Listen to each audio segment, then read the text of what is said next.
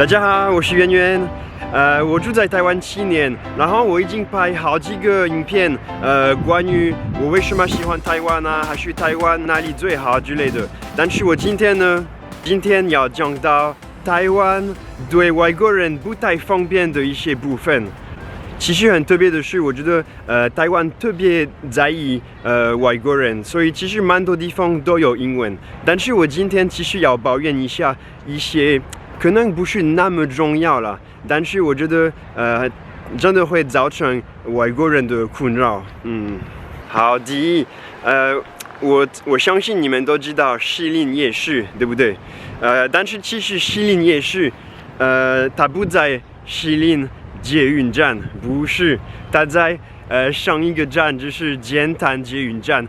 为什么？所以其实这个东西真的是我的经验。我第一次来台湾的时候，想去士林夜市，然后我是自己一个人去，然后我真的去错的捷运站，所以我觉得很烦恼。下一个就是台北的捷运，其实很多捷运站都有很像的名字，有没有发现？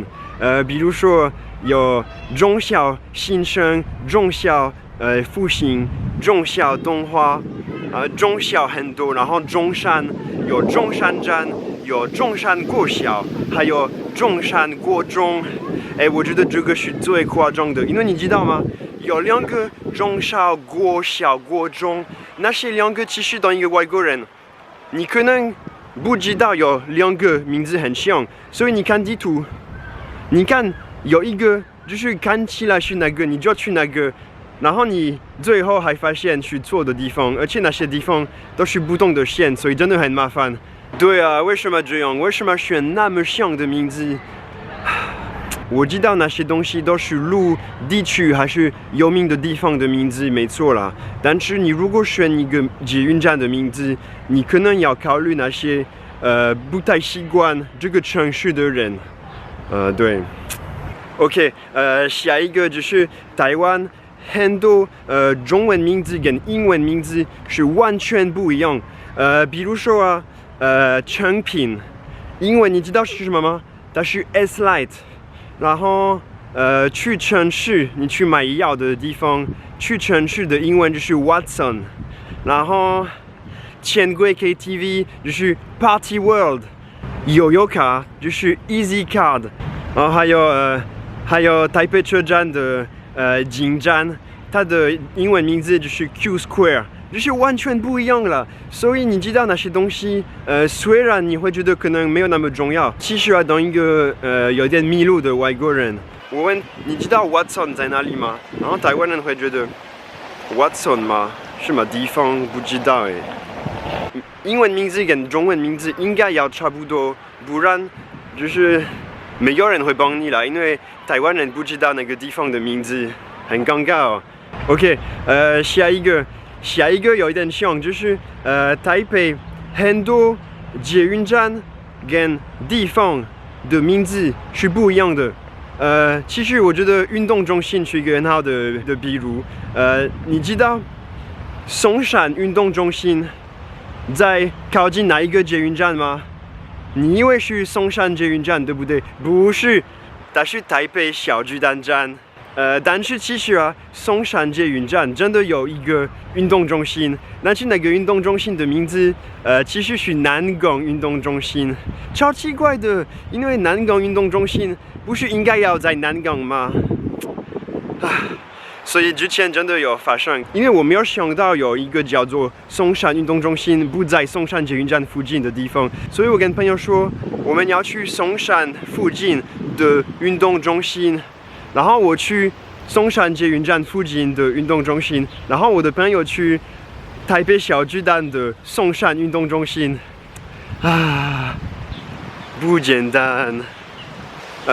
OK， 我现在要讲到高铁。虽然高铁真的太棒了，就是高铁中文、英文都有，然后它解释得很清楚，每一个站都写好，但是有2个我觉得很好笑的东西。第一，就是你如果要去彰化市，你知道是要到哪一个高铁站吗？你以为是彰化站吗？不是，它是台中站，因为你如果要去彰化站，其实你快到云林，所以你如果要去彰化市，其实你要在台中站下车。一样可能台湾人很清楚，但是对外国人来说，一定会做错啊，因为逻辑来说，彰化市应该是彰化站。不是，然后另外一个就是，你如果看每一个高铁站的名字，都是靠近城市的名字，所以有台中站、彰化站、嘉义站、台南站，然后下一个是什么吗？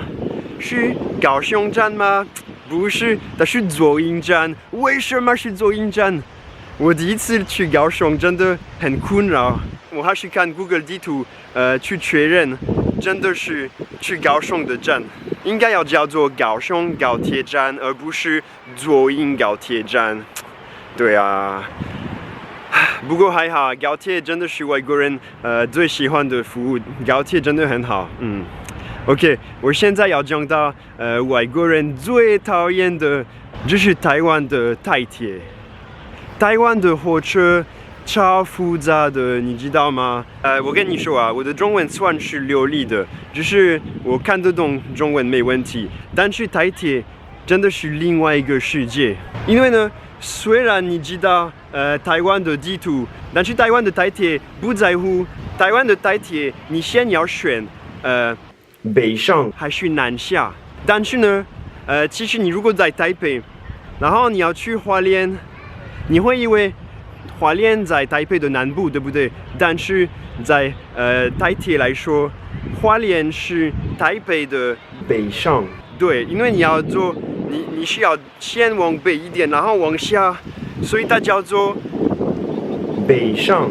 然后这个是你要选的第一个选择，你先要很清楚，你要北上还是南下。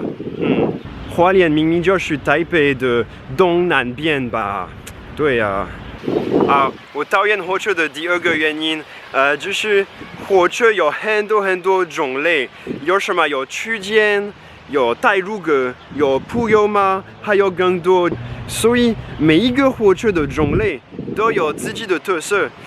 区间它是比较慢，然后它是停在很多站。其他火车虽然比较快，但是你要很清楚它会停在哪里。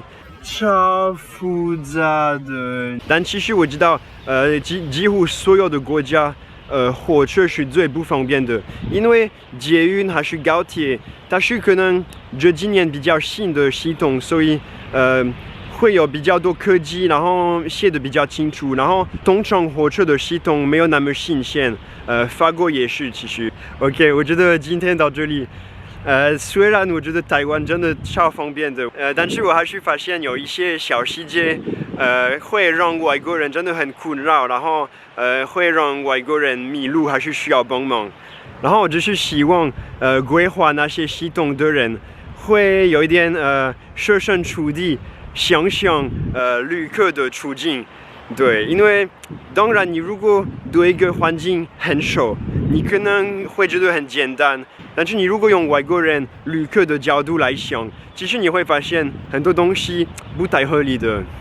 好，谢谢大家收看，请你们订阅我的频道，我会继续很努力的每一个礼拜出新的影片，耶！我跟你们说，下礼拜见，拜拜。